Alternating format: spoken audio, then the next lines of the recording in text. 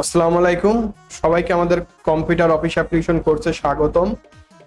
আজকে আমরা শিখব মাইক্রোসফট অফিস অ্যাপ্লিকেশনের খুবই গুরুত্বপূর্ণ কাজ, সেটা হচ্ছে টেক্সট। আজকে আমরা টেক্সট এবং সিম্বল সম্পর্কে ধারণা নিব। তো সবাই আমাদের চ্যানেলটি লাইক এবং সাবস্ক্রাইব করে পাশে থাকবেন। সবাইকে ধন্যবাদ। ক্লাসটি কন্টিনিউ করুন, অবশ্যই ভালো লাগবে। তো তাহলে আজকে আমরা কি শিখবো? আমরা শিখবো ইনসার্ট থেকে টেক্সট এবং ইকুয়েশন এবং সিম্বল, এই কয়টা অপশন আজকে আমরা শিখবো। তো তাহলে আমরা যেটা করি সেটা হচ্ছে টেক্সট থেকে, এটা হচ্ছে টেক্সট বক্স। তো টেক্সট বক্সের কি কাজ? আমি যদি টেক্সট বক্সে ক্লিক দেই, এখানে আমরা একটা ডায়লগ বক্স পাবো, বিভিন্ন ধরনের বক্স পাবো। তো এখান থেকে আমি টেক্সট বক্সে ক্লিক দিলাম, আমার হাতের সাথে একটা টেক্সটের ডায়লগ বক্স আসছে না? মূলত এটাই হচ্ছে টেক্সট বক্স। এখানে আমরা চাইলে বিভিন্ন লেখা লিখতে পারি, যে যা যা ইচ্ছা আমরা তাই করতে পারবো এই টেক্সট বক্সের মাধ্যমে। অনেক সময় আমাদের এই ধরনের কাজ অনেক কিছু প্রয়োজন হয়। তো এই বক্সটা যদি আমরা চাই যে কিছু একটা ইফেক্ট বা কালার দিতে, আমরা এখান থেকে কিন্তু দিতে পারবো। তারপরে যদি চাই যে শেপস ফাইল থেকে কালার করতে, তাও করতে পারবো। আবার যদি চাই আউটলাইন, তো আউটলাইন করতেও আমরা এখান থেকে পারবো। যেমন এখানে নো আউটলাইন আছে, যদি এই বক্সের আমরা আউটলাইন রাখতে চাচ্ছি না, তাহলে নো আউটলাইন করলে এটার আউটলাইনটা কিন্তু থাকবে না। আগের মতো কি আছে? নাই। কিন্তু আগে ছিল কেমন, এরকম এই আউটলাইন ছিল, আর তো ওই আউটলাইনটা থাকে না। তারপরে হচ্ছে এখানে আছে বিভিন্ন ইফেক্ট। এটা হচ্ছে বিভিন্ন শ্যাডো আছে, বিভিন্ন ইফেক্ট আছে। এই ইফেক্ট গুলা কিন্তু আমরা এখান থেকে ইউজ করতে পারি। যেমন এই ধরনের ইফেক্ট হতে পারে, কিংবা 3D ইফেক্ট হতে পারে, এই ধরনের ইফেক্টও হতে পারে। তাহলে এটা মূলত টেক্সট বক্সের কাজ। কিসের কাজ? Text box. আচ্ছা, তারপরে আবার আমি একটা ডকুমেন্ট নিলাম, ইনসার্টে যাব। ইনসার্ট থেকে যদি আমরা এখানে দেখি যে ওয়ার্ড আর্টের মধ্যে থেকে এখানে বিভিন্ন ধরনের ওয়ার্ড আর্ট আছে।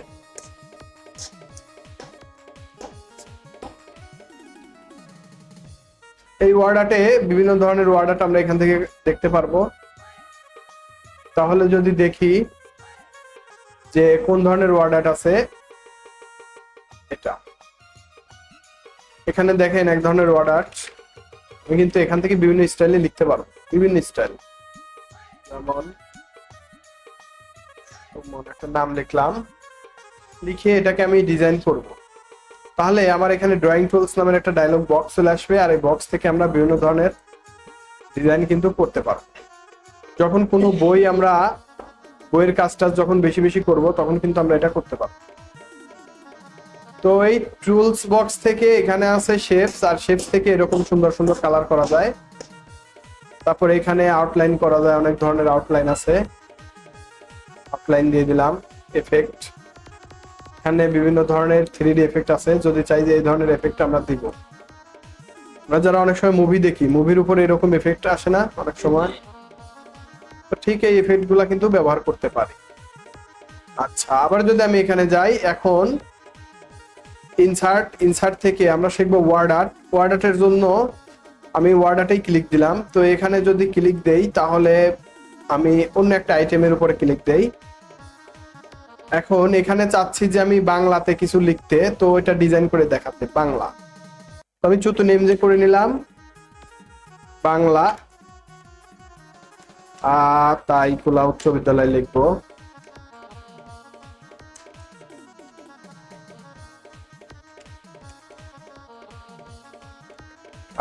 তাই খোলা বাংলায় লোক আসতেছে।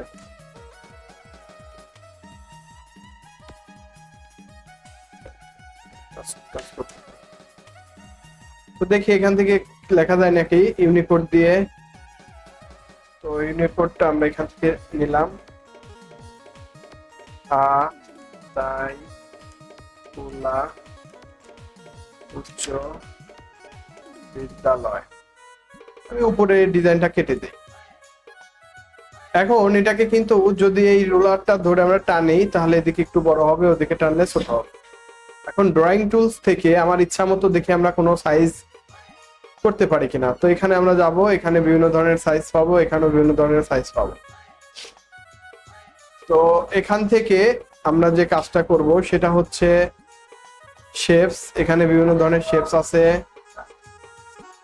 টেক্সট ইফেক্ট আছে, এখানে টেক্সট ইফেক্ট আছে, অনেক ধরনের ইফেক্ট আছে। এখানে আমরা কিন্তু ইফেক্ট গুলা ব্যবহার করতে পারবো, অনেক সুন্দর সুন্দর ইফেক্ট আছে। আমি চাচ্ছি এরকম একটা মডেল করব। হয়ে গেছে তাই না?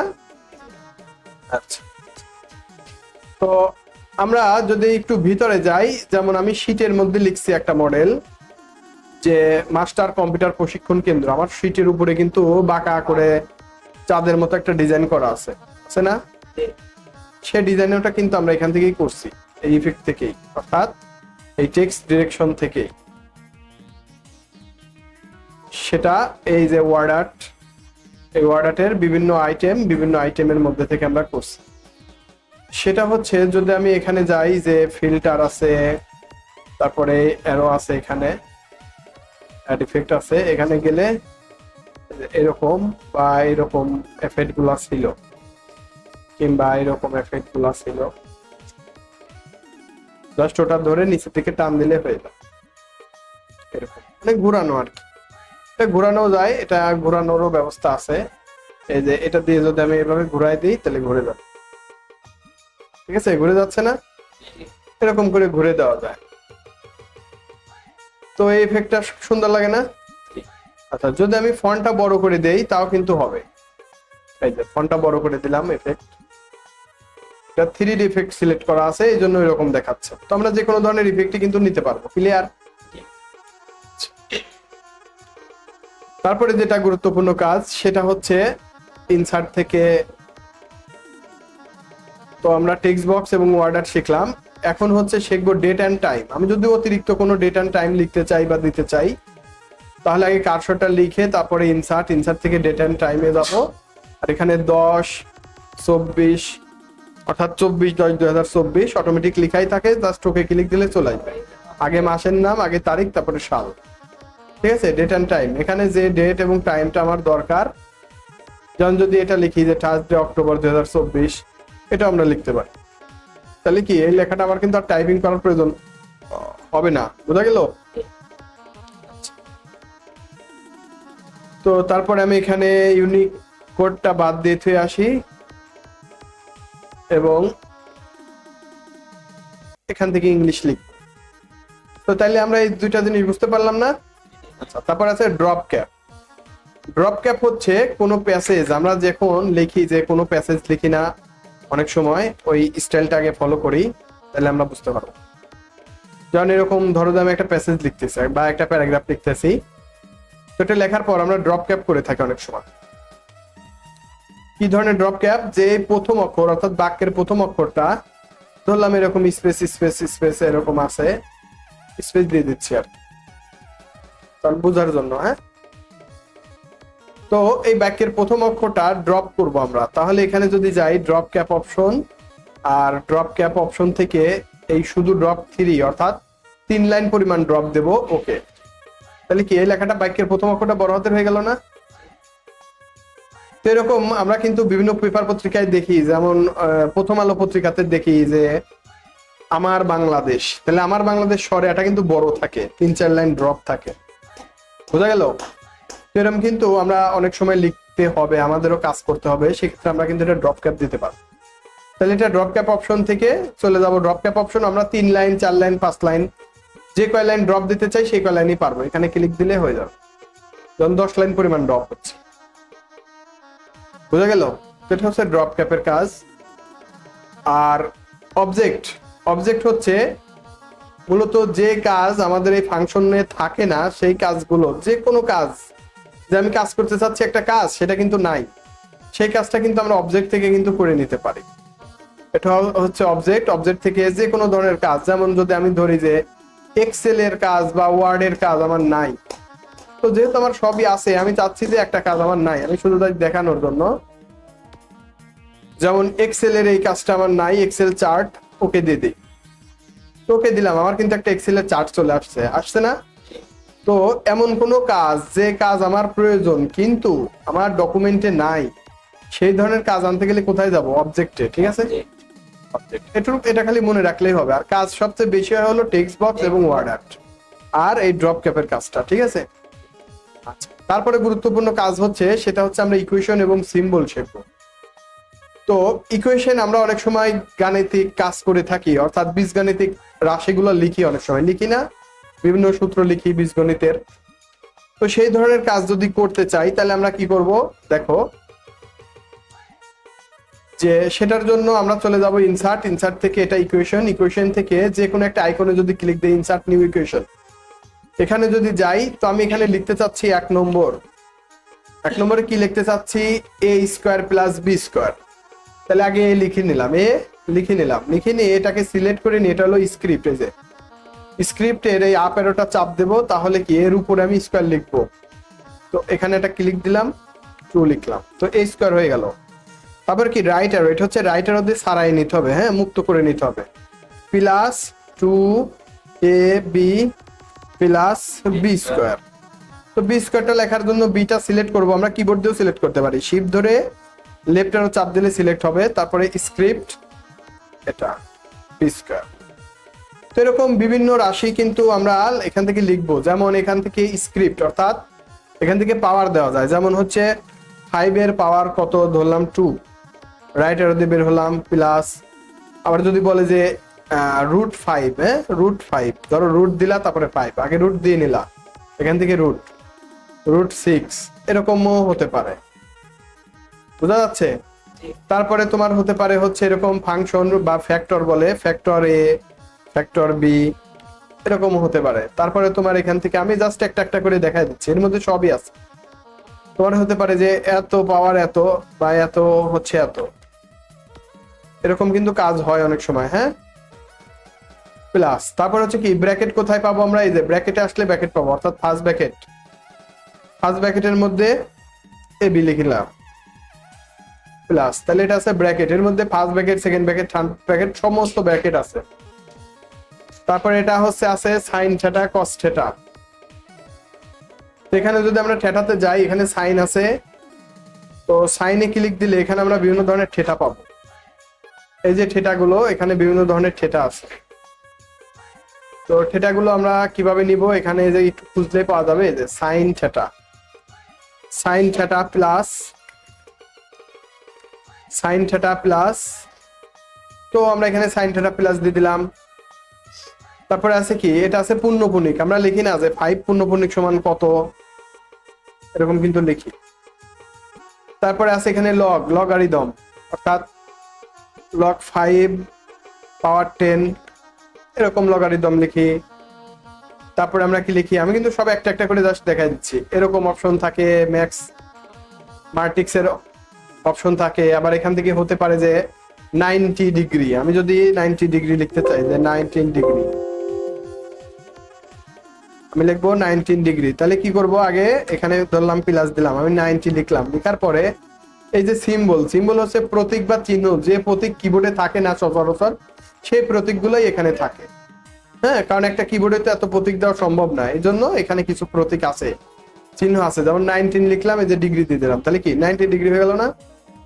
আচ্ছা, আবার যদি আমাকে বলে যে এখানে হচ্ছে পাই নিতে হবে, পাই, এটা হচ্ছে পাই, হ্যাঁ এটা পাই, যদি বলে যে থিটা লিখতে হবে, এটা হচ্ছে থিটা, তার মানে যাই বলুক না কেন আমার এটার মধ্যে আছে, প্লাস নিতে হবে প্লাস, যদি বলে যে অতএব নিতে হবে, যে অতএব, বুঝা গেল।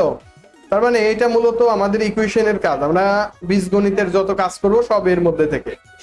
তাহলে এটার মধ্যে আমাদের আছে ডিভাইডেড, যদি বলে যে ডিভাইডেড এত বাই এত, তাহলে কিন্তু আমরা লিখতে পারি যে 100/50, ঠিক আছে। তারপরে এটা হচ্ছে স্ক্রিপ্ট, তো দেখাইলে আমি। তারপরে এটা হচ্ছে √5 বা √3, এরকম log bracket, first bracket, sine theta cos theta, তো সমস্ত কাজে এটার মধ্যে আছে, জাস্ট প্র্যাকটিস করতে হবে, প্র্যাকটিস করলে বোঝা যাবে। আচ্ছা, তারপরে আমরা একটু আগায় যাই, সেটা হচ্ছে যে আমরা ইনসার্টের মধ্যে থেকে আরেকটা কাজ, সেটা হচ্ছে সিম্বল, খুবই গুরুত্বপূর্ণ কাজ। যদি সিম্বলে ক্লিক করি, এখানে আমার মোর সিম্বলে ক্লিক দিব, মোর সিম্বলে ক্লিক দিলে একটা ডায়লগ বক্স আসবে, যে প্রতীক বা যে চিহ্ন কিবোর্ডে নাই সেইগুলাই আমার এই সিম্বলে আছে। যদি আমি বলি যে কোনো স্টুডেন্টকে যে তোমার নাম কি জানো, রুহুল আমিন, হ্যাঁ রুহুল আমিন, যদি বলি তোমার নামটা কিবোর্ড ছাড়া লেখো, তুমি লিখতে পারবা? কিভাবে লিখবা বলো? দেখো সিম্বল থেকে তুমি লিখবা, কি করবা, ইনসার্টে যাবা, সিম্বলে যাবা, গিয়ে মোর সিম্বলে ক্লিক দিবে, এখানে সিম্বল চলে আসবে। দেখো কি করবা, তোমার নাম ধরো আমি লিখতেছি, ধরো এস লিখলাম, insert, U insert, M insert, O insert, N. দেখো পেজের মধ্যে কিন্তু তোমার নামটা হয়ে গেছে। একটু জুম করি, কি হয়ে গেছে না, বড় করে দিলাম। অর্থাৎ কন্ট্রোল ধরে সেকেন্ড ব্র্যাকেটটা দিয়ে দিলে বড় হয়ে যাবে, ঠিক আছে। কিংবা কন্ট্রোল শিপ এই যে লেস দেন অর গেটার দেন দিলেও বড় হয়ে যাবে।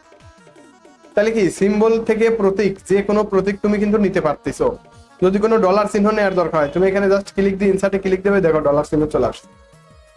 তাহলে এরকম প্রতীক এই সিম্বলের মধ্যে হাজারো রকম প্রতীক আছে, সারা বিশ্বে যত সিম্বল আছে সব আছে এর মধ্যে, খালি জাস্ট তোমাকে ট্রাই করে নিতে হবে।